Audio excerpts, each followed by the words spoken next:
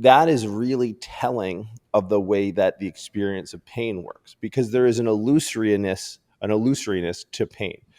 Because pain, like vision, the sensation from a nociceptor doesn't equal the experience of some mind-independent reality, right? And that's like a very tricky concept to understand. But like I said earlier, you have to understand how the brain works. The brain is generating our perceptions, and our senses are fact-checking them, right? They're looking for what are called prediction errors, which means our brain has this idea based off of our experience of this in the past, right? What our raw sensory data tells us, and something that's like attributed to, or what's called like a normative value.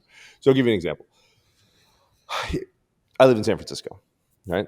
And it's an interesting place to live. I spend a lot of time in Colorado now. Now, when I sit in the coffee shop downstairs in my building, shout out Emerald Cafe and Lounge. If something were to walk in and I were on my laptop, we had a call this morning. I took it from the coffee shop. And if something were to walk in with four legs, like a quadruped, without picking up a lot of sensory data, I would assume it's a dog, right? And it would take, or a homeless person doing the old fentanyl fold, taking a shit in the lobby. One of the two things, right? Highly But probable. I wouldn't assume it's a bear. Okay. Yeah. And so how this works, like how my peripheral perception of a four-legged creature off the streets of San Francisco, how it works is like, okay. And I wrote an article of this on my Substack a few weeks ago about like Bayesian inference and like how people make up their mind. And it's actually a really interesting, and I think a really topical or timely topic, because, and I'm not going to get too political here, but think of, you're from Pennsylvania, right? That I am. I would assume, based off very little information, that Pennsylvania swung pro-Trump in the last election. They very much swing that way. Right. Okay. They actually are a swing state, so it is kind of on the fence. But where Really? I come from, yeah, oh yeah, it's pretty liberal in Philadelphia, which is like the most densely populated area. But outside of that, a lot less densely populated, but a lot more red. Yeah, it probably used to be more populated, and then the red people took care of that. Yeah, they're working on it. So here's my point. One of the things that was, I mean, I enjoy politics as somewhat of like a guilty pleasure, but I don't talk about it often because it's an absolute snake pit. But one of the cases for Trump and his second term was the this adage that the best predictor of future behavior is past behavior.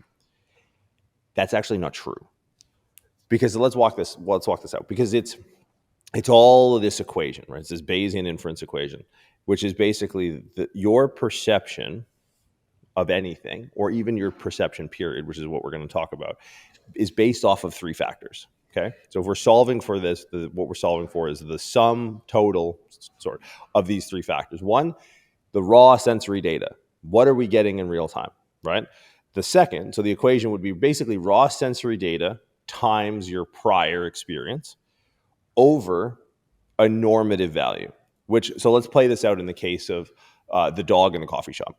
So if I'm at my laptop, me, you, and Matt are on a call, I perceive in my corner of my eye what I'm generating as a dog.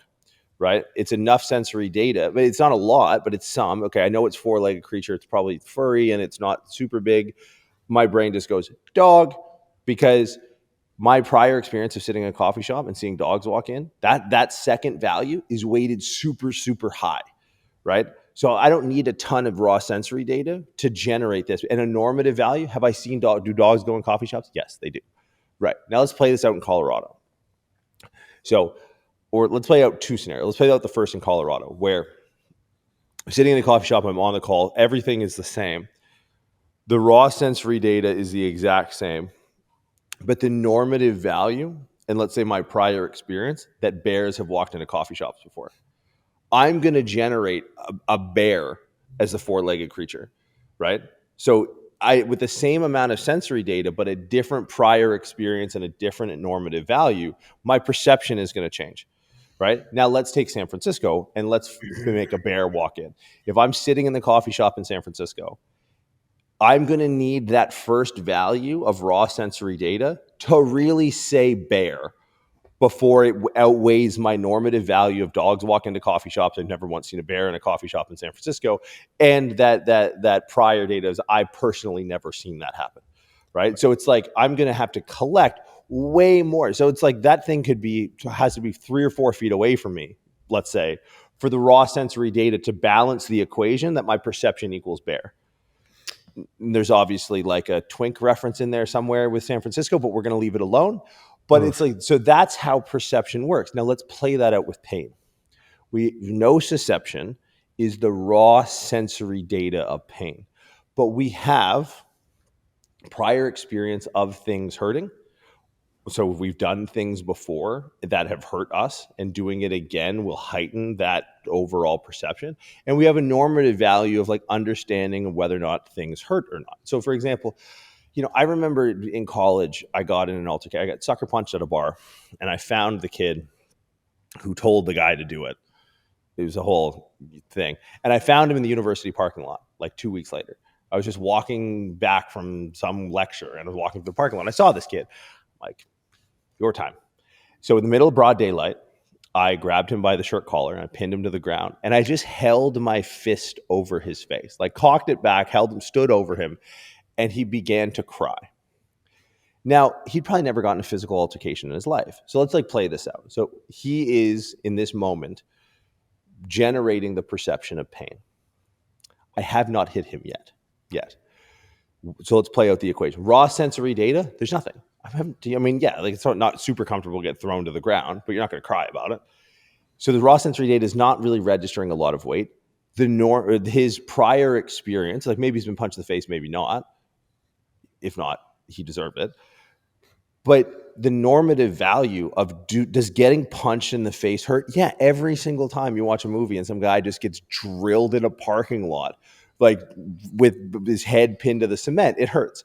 So he's starting to cry, and that's how the equation plays out. So there's nothing. The nociception, the raw sensory data part of the equation, is a part of this prior experience and this normative value.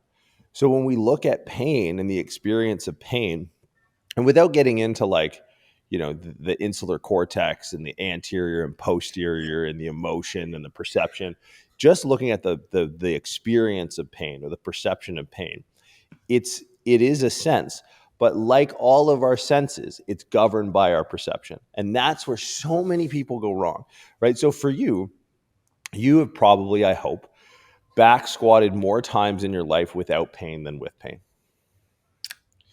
I would like to hope that as well, but I don't know this true. Right. Yeah. You may be 51-49. Yeah. But so, and this is where pain gets cyclical and tricky, is if you think about your prior experience of performing a movement that's painful, right? It starts to compound, because if you do it and the act of doing it, knowing it's going to be painful, forces you to engage the nociceptive pathway that causes the sensory data to register as painful. You are now re-uploading a more potent prior experience for next time, right? And I think that there's a lot of offshoots that we can take from this, but I think the big takeaway for most people is understanding that the perception of pain, at least like in our world, talking about like nociceptive pain, is in fact cyclical.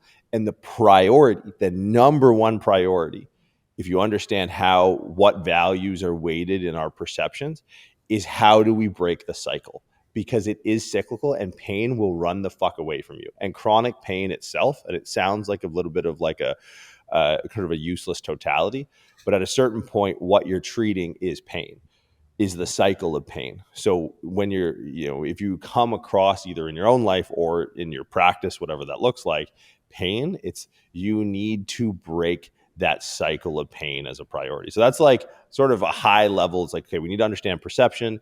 We'll understand a little bit about neuroanatomy, understand the difference between pain and injury, and understand the difference between the experience of pain and the contribution of nociception as the sensory component of the perception of pain.